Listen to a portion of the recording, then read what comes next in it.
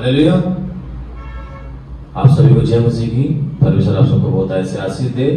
एक बार फिर उस परमेश्वर के जीवते वचन को लेकर आप सबके सामने परमेश्वर ने आने का कृपा किया। धन्यवाद करते हैं उस परमेश्वर का। हालेलुया। आज हम देखेंगे परमेश्वर का भय सफल जीवन की कुंजी। हालेलुया। जिन लोगों ने भी परमेश्वर का भय को माना है, जिन लोगों के जीवन के अंदर परमेश्वर का भय है, वाकई में उनका जीवन एक सफल जीवन, एक सफल मसीह जीवन रहा है। आज अनेक लोगों के जीवन के अंदर परमेश्वर का भय नहीं है। भय मतलब परमेश्वर का डर नहीं है। हालेलुया। मगर जिस किसी व्यक्ति के जीवन के अंदर परमेश्वर का भय होता है, उसका जीवन एक सफल और एक आशीषमय जीवन होता है। हालेलुया। अगर हम बाइबल में से देखें, उत्पत्ति की पुस्तक, अगर उसका 39 अध्याय आप लोग मेरे साथ सहमत हैं तो उसका 9 पद पढ़ें। वहां एक परमेश्वर का जन है जिसका नाम है यूसुफ। वो यूसुफ गुलामी में है। जिस व्यक्ति के अंदर परमेश्वर का भय होता है, वो जहां कहीं भी होगा वो परमेश्वर के प्रति खड़ा रहेगा। वो कभी भी किसी बातों से समझौता नहीं करेगा। वो कभी भी परमेश्वर की दृष्टि में कोई ऐसा काम नहीं करेगा जिससे उसका जीवन या उसका चरित्र खराब हो जाए। हालेलुया। आइए हम देखते हैं। पढ़िए कृपया जन। इस घर में मुझसे बड़ा कोई नहीं, और उसने तुझे छोड़ जो उसकी पत्नी है मुझसे कुछ नहीं रख छोड़ा। हाँ। इसलिए भला मैं ऐसी बड़ी दुष्टता करके परमेश्वर का अपराधी क्यों बनूं? हालेलुया। क्या कह रहा है? मैं ऐसी दुष्टता करके परमेश्वर का अपराधी क्यों बनूं? वचन की गहराई को जानो। उसने परमेश्वर का नाम लिया, इसीलिए वो कह रहा है मैं परमेश्वर की दृष्टि में। मेरे प्रियो, आज हम इंसान की दृष्टि में ठीक रहना चाहते हैं, इंसानों को खुश करना चाहते हैं।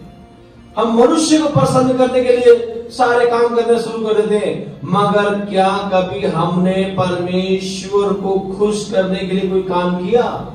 या कभी हमने ये देखा जो मैं काम कर रहा हूं वो परमेश्वर की दृष्टि में ठीक नहीं है?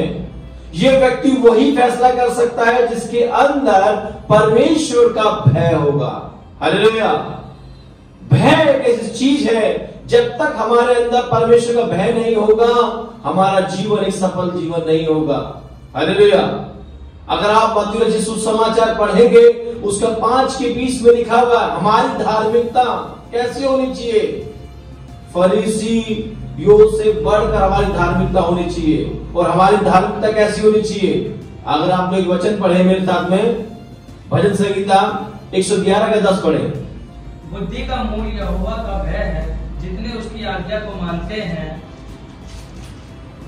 उनकी बुद्धि अच्छी होती है, उसकी स्तुति सदा बनी रहेगी। क्या लिखा है? जितने यहोवा का भय मानते हैं। हालेलुया। यहोवा का भय मानना यानी कि यीशु का भय मानना। हम किसी का भय मानते हैं कि नहीं मानते? जब हम ईश्वर का भय नहीं मानते तो हम अपने बड़ों को क्या भय मानेंगे? हालेलुया। जो व्यक्ति ईश्वर का भय मानता है वो अपने बड़ों का ही भय मानेगा। हालेलुया। उन बड़ों का ही भय मानेगा। जो व्यक्ति परमेश्वर का भय नहीं मानता वो अपने बड़ों का भी क्या भय मानेगा? हमने कहा ईश्वर का भय सफल जीवन की कुंजी। यूसुफ के अंदर परमेश्वर का भय था, इसीलिए उसके जीवन की कुंजी वही थी। वो पूरे भय के साथ में परमेश्वर की भक्ति करता था। वो गुलामी के अंदर एक गुलाम होने के बावजूद भी उसके अंदर परमेश्वर का भय था, और उसके अंदर कोई सवाल नहीं था कि परमेश्वर मैं तेरा भय मानता हूं, मेरा जीवन इतना दुखदाई क्यों, मेरे अपने मुझे सता रहे हैं और अपनों के बाद में अब मैं गुलामी में हूं, मुझे यहां भी दिक्कत है। हालेलुया। उसने समझौता नहीं किया मेरे परमेश्वर ने से। हालेलुया। उसने किसी बात का समझौता नहीं किया मेरे प्रियो। उसके अंदर भय था और भय के कारण ही उसका जीवन एक सफल जीवन हुआ। हालेलुया। अगर आप अय्यूब की पुस्तक पढ़ेंगे, उसके 28 के 28 में क्या लिखा, पढ़ो। तब उसने मनुष्य से कहा, देख प्रभु का भय मानना यही बुद्धि है और बुराई से दूर रहना यही समझ है। क्या लिखा है? प्रभु का भय मानना यही बुद्धि है और बुराई से दूर।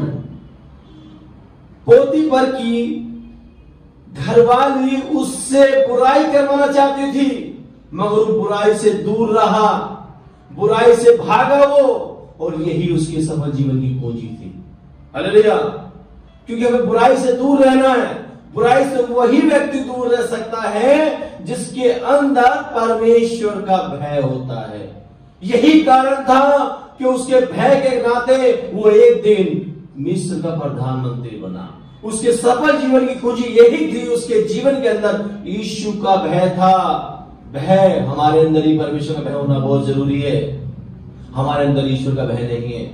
आज मसीह समाज के अंदर कहां ईश्वर का भय है? अपनी मर्जी का जीवन जी रहे हैं। हालेलुया। चर्च में कुछ, बाहर कुछ, ऐसा जीवन नहीं। हमारे अंदर ईश्वर का भय होना चाहिए। हमारे अंदर ईश्वर, जैसे यीशु के अंदर ईश्वर का भय था, ऐसे हमारे अंदर भी एक भयमय जीवन होना चाहिए। जिस दिन हमारे अंदर यीशु का भय आ गया ना, उस दिन हमारा जीवन सफल होगा। उसके यही कुंजी थी कि उसने ईश्वर का भय माना और उसका जीवन एक सफलमय और एक आशीषमय जीवन हुआ। जो उसको भाई उसको तुच्छ जानते थे, एक दिन वही भाई, वही लोग उसको आशीष का स्रोत मानने लग गए। उसके द्वारा उन्होंने आशीष पाई। हालेलुया। ऐसा अगर हमें बनना है तो हमें उस परमेश्वर का यानी यीशु का भय मानना होगा। हालेलुया।